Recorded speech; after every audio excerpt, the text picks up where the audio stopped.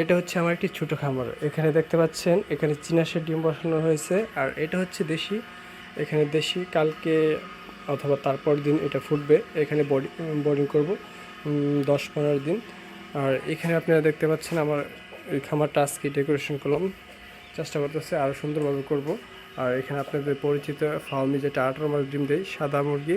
আর এখানে হচ্ছে ফ্যান্সি জাতের কিছু কবুতর, এটা হচ্ছে রেসার আর হচ্ছে ময়ূরপঙ্খী বেবি নিয়ে বসে আছে। আর এখানে হচ্ছে পাখি।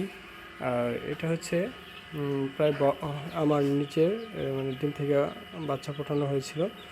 এখানে কিছু বাচ্চা বাড়ছিল সেল হওয়ার পরে আমি অনলাইনে সেল করি। আপনারা দেখতে পাচ্ছেন বাচ্চাগুলোর বয়স 22 দিন, কত সুন্দর বড় হয়েছে মাসাল্লাহ। আর এইখানে আপনারা দেখতে পাচ্ছেন এটা হচ্ছে ফাইটার মুরগি।